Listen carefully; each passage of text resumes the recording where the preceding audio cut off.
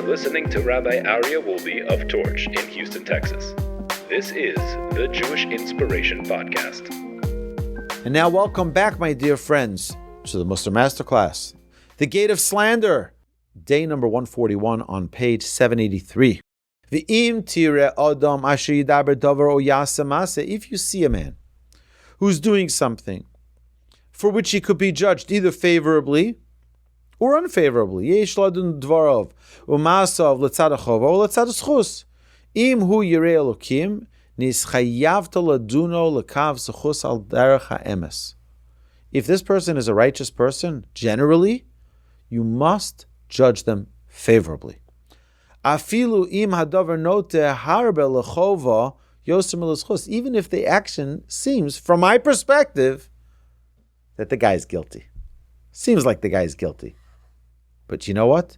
Since in general this person is a righteous person, we assume that this was a righteous deed.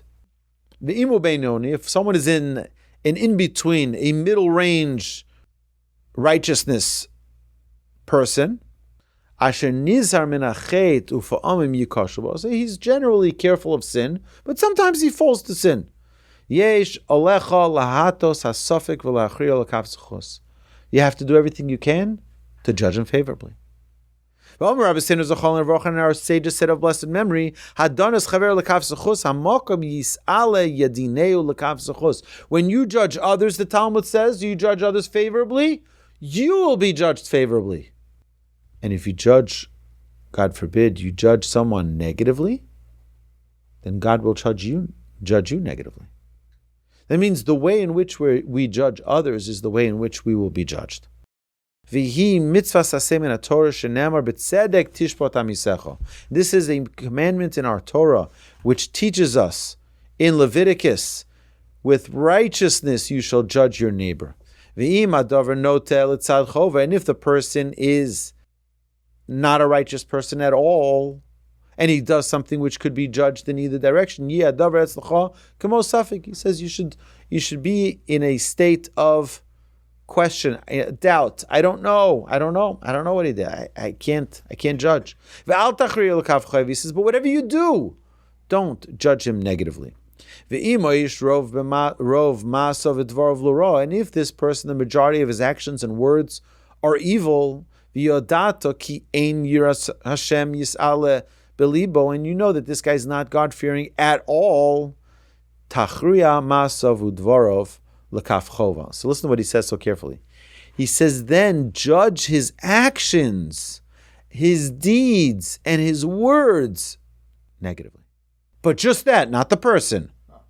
His actions is a major, major rule, a major principle in parenting. Never, ever reprimand your child by telling them they are a bad child. Never. Only saying what you did was bad. Your child is excellent. Your child is terrific. The decision they made was a poor decision. Make it on the action, not on the person. The action, not the person. But it's interesting that he says to judge every person. I got you some paper there, you see? I got you paper there for you in middle. Sorry. Okay. No, I did it for you because I know I love you so much. I wanted you to have paper. I know you like the notes. There's pens. There you go. So the truth is, we always think that we need to judge every person favorably. It's not true. You don't need to judge every person favorably. You don't have to go and judge Hitler favorably. Okay, you don't. Maduro, you don't need to judge favorably. You don't need to. These are evil people. They're wicked people. Khamenei, right? You don't need to judge favorably. He murdered tens of thousands of people in the last 2 weeks. If to judge such a person favorably? Absolutely not. So we know that there are categories of people. Some people we do judge favorably, and some people we don't. Someone who's all righteous, always favorably. Someone who's all a sinner, someone who is not righteous, you're not obligated to. Someone who's in the middle, that's where it says judge them favorably. Give a stretch. Find a way to judge them favorably. Okay, now the author continues as well. Let's further. If someone revealed your sin, do not say, Oh, Al Tomar, Kmoshe Gilo Chatasi, Gamani Agala Chataso. Just like he revealed my sin, my secrets, I'm going to reveal his. And now we're going to even the score. Why? Because what does the Torah tell us? Lo tikom v'lo titor. Don't have revenge and don't bear a grudge. You know the difference between revenge and a grudge? Revenge is you did to me, I did to you. Grudge means, okay, so I come to you, Mark, and I say, can I borrow your drill? And you're like, nah, I can't really. I think I'm going to need it tonight, and I'm going to need to use it. So no. The next day you come to me, you say, hey, can I borrow your drill? And I say, you know something? I'm not going to be like you. I'm going to lend it to you. Right? That's bearing a grudge. The Torah says you're not allowed to do that. Do it happily and don't bear a grudge. Gam lo tispar, don't either boast, saying, Af al pi shehu gilo alai, ani lo agala olav. He talked about me, but I'm not going to do that. I'm not going to talk about him. I'm not going to ruin his life. He harmed me, but I wouldn't do that back to him. Ki bezeh hadibur gilisa hachetzi. He says, because in doing so, you already revealed half of it. Vizeh hadavar ikar gadol b'yiras shamayim. And in fear of heaven, you've got to be complete. Right? This is a great principle in fear of heaven. V'im hachote eino yirei shamayim. And if the sinner is not a God-fearing person at all, Kimo hapoyrek ol malchus shamayim me'ola ve'enu nizah me'avera achas asher kol bnei ira yodin shehi avera. Imagine there was a sin that everybody knew was a sin. For example, idolatry. Oh, be careful! Don't bow down to that idol. Don't do this. Don't do that. And everybody knows to stay away. This guy goes and he does it in front of everybody. Mitzvah l'saper b'gnusa v'legalos chatov. Such a person is considered a rebel to the community, and you should publicize it, so that people know that it's not worth it to go against the will of Hashem. It's not worth it to do something which is evil and wicked. Lahavish bal averos be'enei bnei adam, and to embarrass those who are outright sinners in front of others. Ba'avur sheyishmu ha'adam ha'am v'yimasu bo v'yarchiku atzmam min ha'averos, so that the people distance themselves from such actions and such activities. Shenemar toavas tzaddikim ish ovel. The abomination of the righteous is a man of wrong. They don't want to be nobody wants to be next to someone who's evil, someone who's wicked. V'nemar yiras Hashem sinos ra. The fear of Hashem is to hate evil.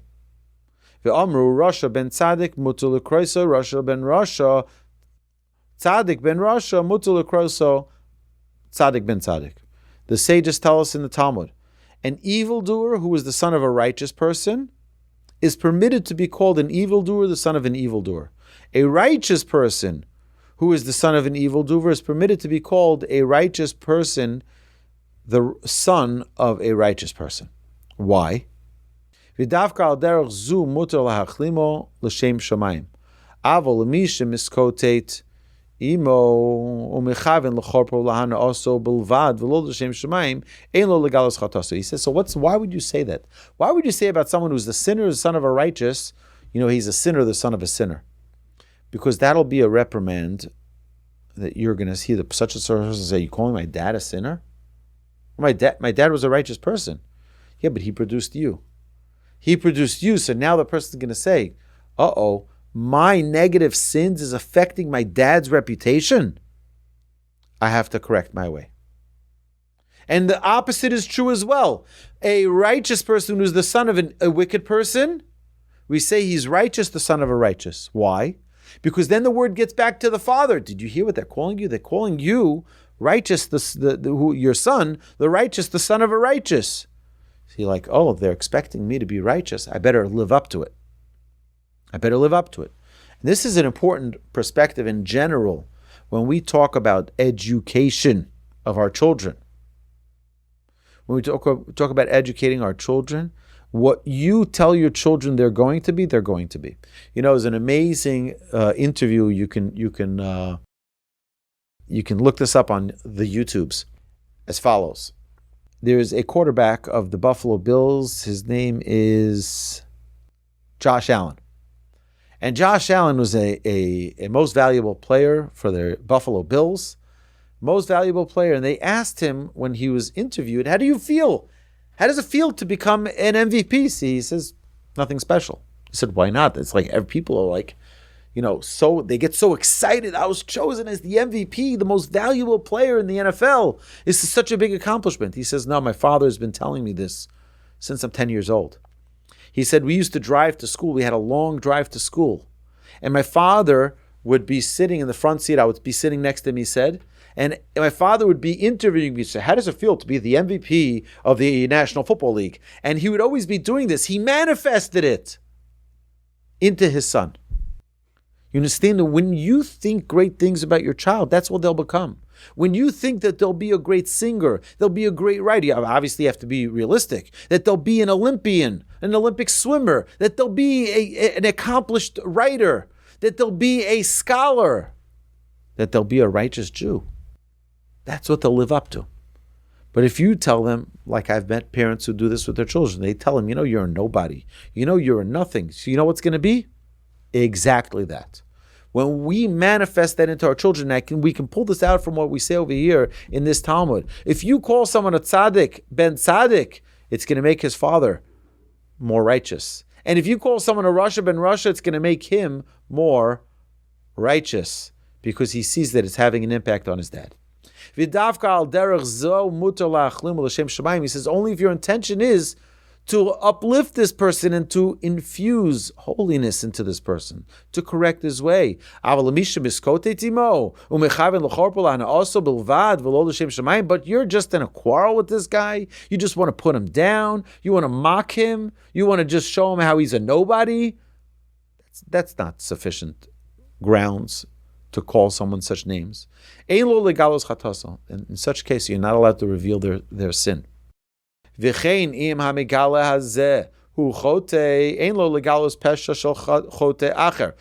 only time you're allowed to reveal the sin of another person is to correct their way, not to just publicize it and harm them. You're not the New York Times. You don't just get to write whatever you want about whoever you want because you don't like them. The only time we're allowed to reveal the wickedness of a person is if we have the power to influence change in them. Ki bevade ein megala mistarov latova dvar sfosayim ach lemachasor. He says he would certainly not be revealing his secrets for a good reason, and the word of the lips brings only loss. You have to be so careful. Your lips are so powerful that life and death is in the hands of the tongue. Miut pa'amim shel lashon hara mitzvah. Very few times that saying lashon hara is actually a mitzvah. Kigon shnei rishayim shenisyatzu lasos ra. If two wicked people, they're conspiring to do evil. Mutu ligro b'lashon hara sheyisnu zeh. You're allowed to start speaking slander one about the other. V'yasu ra zelozeh. You're allowed to speak, you like to create a fight between them. You go over to one of them. Two guys are conspiring to do something really terrible. So you go to one guy, you say, you know this guy that you're with? Just saying, be careful. I've heard some things about him. Right? So now he's going to be very, very cautious, and he's going to break up his friendship, and now these two people won't do terrible things together. Shelo yaseh ra latovim. So that way it gets them to stop doing, maybe they'll fight with each other, but they're not going to do negative things to good people. He says someone who is an adulterer who's pursuing an adulteress, it is permitted to resort to slander so that they not commit the transgression. You start saying terrible things about the person. Oh, he's abusive. Oh, he whatever it is that one might be concerned about to limit their adulterous activity. He says many times, even if someone is a terrible, wicked person, you're not allowed to embarrass them in public, under any circumstances. If you're concerned that this person is now going to go to a really, really evil path. People who are in a quarrel and people who are in constant dispute, you're allowed to speak negatively against them. Shenemar vani avo acharayich umileisies dvorayich. Because the verse states, and I will come after you and confirm your words. People who are, this is in Malachi, because you want to discourage people from being constant warmongers and evil speakers. Avur asher harbe dvarim tluyim b'lashon, since so many things are dependent on the tongue, tzarich lishmor l'shonim ma'od mod, a person needs to be extremely cautious with his tongue, with his words. V'alkein amar David, and so said King David, nitzol l'shonecha mirah, keep your tongue from evil. V'amar Rabbi Seiner, our sages of blessed memory, Zichrono Livracha, said, Ma'aseh be'adam echad, there was a story told about a man who called out in the street, Shakar Barachov, Mi rotze likno samachayim. He announced in the street, who wants this potion of life? Who wants this potion of life? I'm selling it. And whoever wants it can come, Yavo elai ve'yikne, and can purchase it here. Bo kol ha'olam liknos. Imagine someone tells you, I'm going to give you a special medicine, you'll live to 200 years. Who's not going to want to buy that? Oh, we'll all line up. He says, listen, I'm giving you the guaranteed medication for life. He pulls out a Tehillim, a book of Psalms, and he opens up to the chapter 34 in Psalms, and he reads it to them. Who is the man who wishes life and loves days to see good? Keep your tongue from evil. When Rabbi Yanai saw this, he took him into his house and fed him and gave him to eat and to drink, and he gave him money. Both Talmid of Amrlo, his students, came and said to him, Ad ato lo yodato zeh pasuk. Till now you didn't know this verse? Well, now that you heard this peddler selling the book of Psalms, and now you learned something you didn't know? Of course you knew this, Rabbi Yanai. He says, Amr lahem yadati. He says, of course I knew this verse. But I didn't take it to heart. I was not heedful of it. And when I read the verse, I would pass over it and not take it to heart.